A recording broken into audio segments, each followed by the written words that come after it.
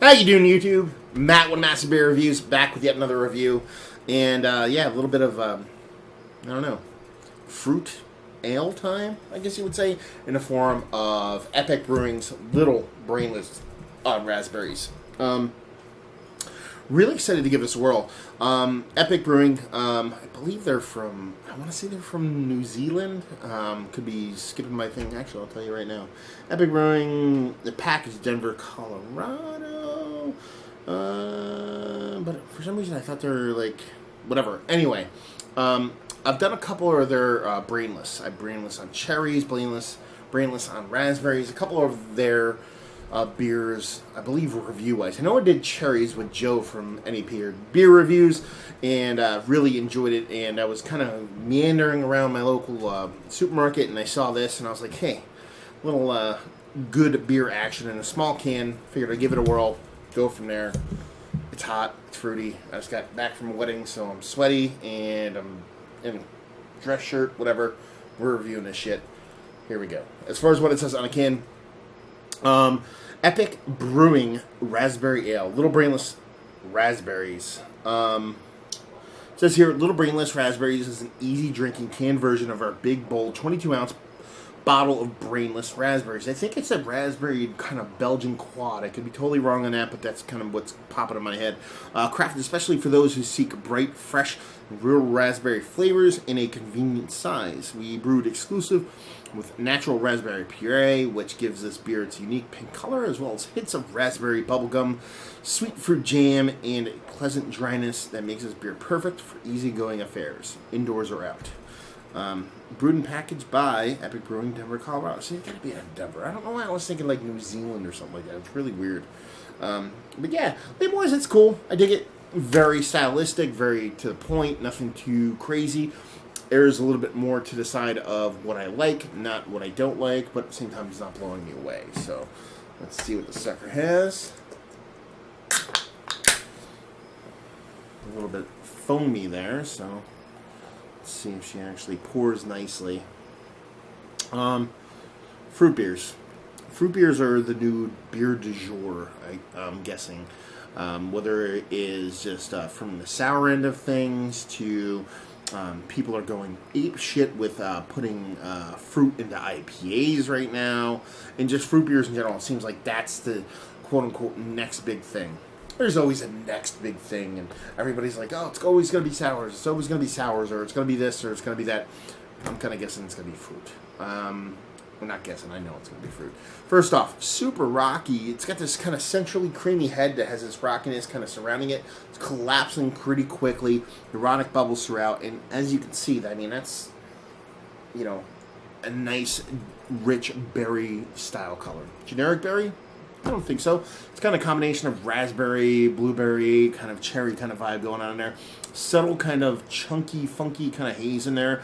A little bit of particulate floating around. And, yeah, I mean, it looks really fucking nice. The head is just off-white. And, yeah, settling pretty quickly. So, let's see what she has on the nose. Well, I spilled beer. Ooh, there's raspberries in that sucker. Big, huge, semi-tart raspberry. I'm getting this, like, peppery kind of Belgian / Saison kind of yeasty vibe off it, too. So, raspberries, kind of a peppery nose to it. I believe that's all yeast-driven. And there's this kind of nice balance of sweetness. It's not sweet, but there's enough sweet there to kind of balance that little bit of kind of, like, berried kind of tartness. It's not tart, but there's that kind of bittering kind of non-sweet kind of real unripened berryness in there, and then you have that malt kind of balancing it with a nice kind of peppery nose. Yeah, I mean, she smells pretty freaking good. So, yeah, surprised so far. So, she looks good, she smells good. Let's see if she tastes like. Cheers.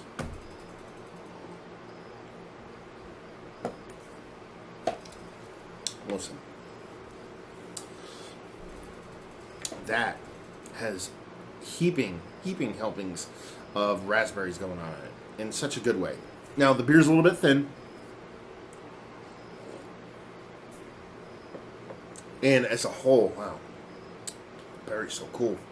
As a whole, there's really not much there besides the raspberries. But that raspberry is so rich and so impactful when you get it. It hits you right up front, sits there for a minute, and kind of lingers throughout, and just kind of fades away relatively quickly. But at the same time, it's really fucking cool. So it's a weird beer to kind of like talk about. Let's put it this way. That's my third big gulp of it I've had. So obviously I dig it. So like I said, raspberry balance, and it's like a jammy raspberry. That jamminess in beer kind of like turns me on. You can chalk it up. I talk about being a whore, being a slut, being whatever, for chilies, for being maple syrup, for a couple different things. Raspberries, which is weird because I actually don't like raspberry flavored stuff, but jamminess. Let's go jamminess. Not even raspberry now. Raspberries. A jamminess in a beer. Jack's Abbey does their PB&J framing hammer. That has a huge jamminess for me. There's some beers that just have this like jammy preserve thing going on, as opposed to like a pseudo kind of jelly sweetness. And this has this in spades. So it fucking works for me at fucking on point awesomeness. Yeah. And that's pretty much it. And it's so weird because there's really not much else to it.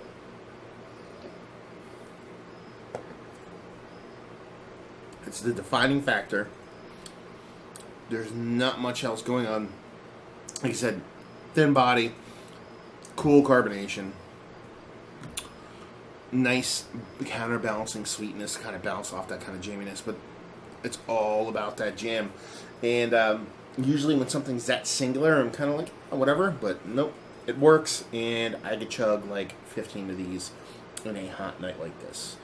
So let's talk about it. It's one of the better, I don't even know what to call it, low ABV fruit beers I've had in a while. Yeah, actually, it's that fucking good. I just dig it. Why? Because it tastes good. I'm not gonna fucking like break it down scientifically right now and just say I think it tastes good. Value and availability. It's mix of six thing. Picked it up in mix of six, so you're probably looking about $10 a sixer. For me, crushers all day.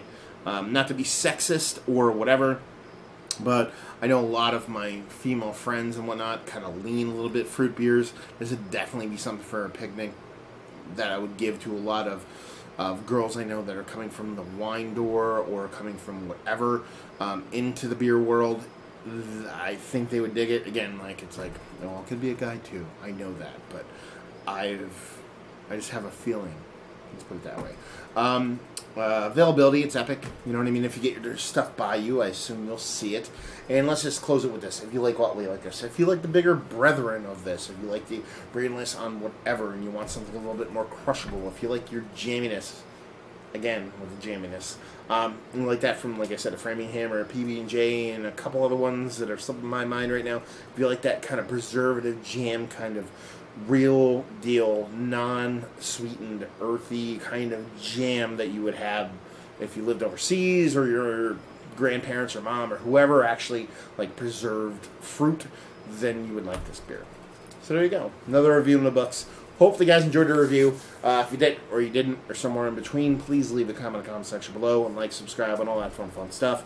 If you want to check us out anywhere else on the internet, you can. Facebook, Twitter, Instagram, Untapped, Massive Beers in all 4 of those places. And yeah, another review down. So hopefully you guys enjoyed the review. Hopefully you're enjoying a nice jammy beer right now. And hopefully see you next time. Cheers.